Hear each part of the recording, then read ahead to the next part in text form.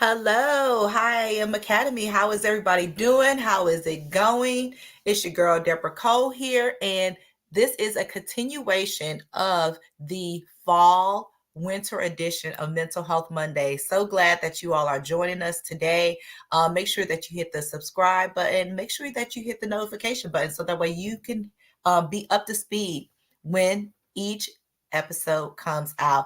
I have the pleasure of having Tricia Patterson here, licensed professional counselor. She is going to help us navigate through this. And what we're talking about is SAD. Are you suffering from SAD? What causes SAD? And how is it diagnosed? So help me welcome Tricia. Hello, Queen, and the I Am Academy. As always, it is certainly a pleasure to be with you all. So, thank you for having me. If anyone needs to get in touch with me, feel free to do so at my website, www.ticounseling.com. www.ticounseling.com. I can also be reached in office 469-273-1390. 469-273-1390. Yes, that is beautiful. And y'all got to go ahead and connect with Trisha now. And if you did not get that information, it's going to be right down here in the description box. You can just point and click and shoot. But Trisha, thank you for joining us today. This is another segment that we're going to talk about. So we've already talked about, are you suffering with SAD? But people want to know what causes SAD? What are the causes? Ooh, what causes SAD? Queen, scientists have admitted that they don't fully understand what causes SAD. They have, however, concluded that, and SAD is seasonal affective disorder, and that's when you don't feel quite like yourself or the winter blues. You're just somewhat off. You're gaining weight. You can't sleep. You're unable to focus.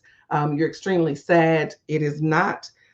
It is a form of depression. It is not a separate diagnosable cause, but it is a form of depression. And again, scientists have not concretely said that they know what causes it. However, they have associated SAD with imbalances or a deregulation of our melatonin and serotonin levels.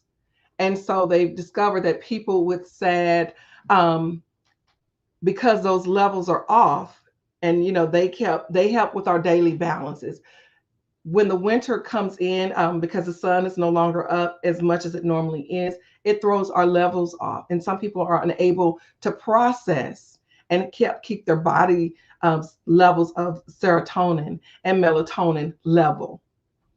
And so, therefore, for some people, because they're unable to process it with the lack of, as much sun and as much vitamin D, the levels being off, then they develop SAD. Researchers have also associated SAD with individuals with ADHD or ADD, adult attention deficit disorder, bipolar disorder, primarily bipolar 2, and usually not in the full-blown manic stages, but it could manifest, just with the individual that does have bipolar. And so it's not just for those individuals, but researchers have discovered that there is primarily that group of individuals that it does affect. And this is millions of American adults all around the world. So it's not just one particular group of individuals. Okay, all right, and it makes sense. I mean, because of the different environmental changes, Trisha. So, how is SAD diagnosed? Um, if you are suffering from SAD, or if you feel like you may be and you're unsure, please speak with the mental health professional. I know Queen has mentioned it before about the difference between being a life coach and a licensed professional. Life coaches are amazing, they do wonderful things. Licensed professionals, such as myself, we've spent a little bit more time and have different certifications and licenses to do what we do. So you definitely want to make sure you seek a licensed mental health specialist with your concerns. Typically, people with SAD, have other symptoms of like major depression. Um, their sad typically comes, or their sad experience typically comes, or the depressive states typically come around the same time every year, which is the fall and the winter season.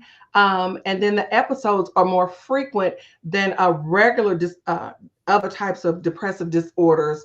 Um, during this season over their lifetime. So I'm not saying, well, grandma passed this year and you're super sad, you're super, you're grieving heavily.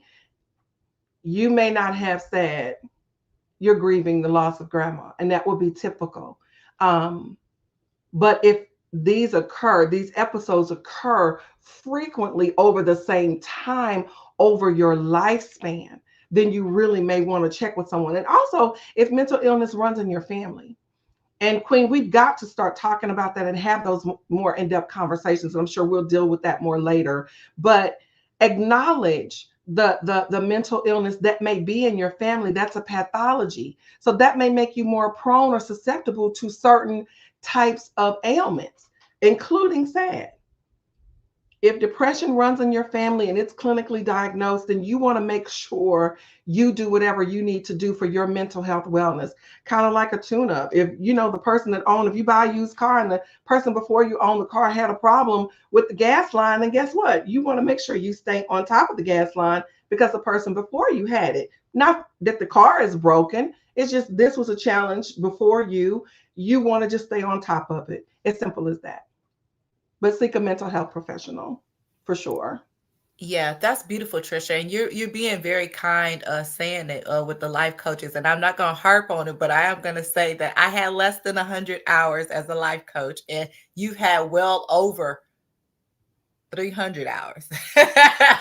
So A I'm couple just of thousand, a few thousand, a few thousand, okay. several So thousand, as a matter of fact. the level of expertise is definitely needed, especially when it's coming to your dealing with your mental health. Now, I can help you with your goals, how to accomplish them. But when we're talking mental health, let's be frank about it, and let's get with the Mhm, right people to do that. mhm. So, Trisha, I appreciate you. Can you give us a pro tip to chew on for the duration of this series to give us a little? For our visitors to hold on to. Mm-hmm. Sure, most definitely, Queen. There are two things. One, I will say, focus on what you do have. It is so easily to go down. It is so easy to go down the pathway of woe is me. You know, focus on what you do have, the gifts and the blessings that you do have. If you're walking, if you're talking, if you're breathing, even if you're challenged, that is a gift, the gift of life. So, and an opportunity to do something you've not done. So, focus on what you do have.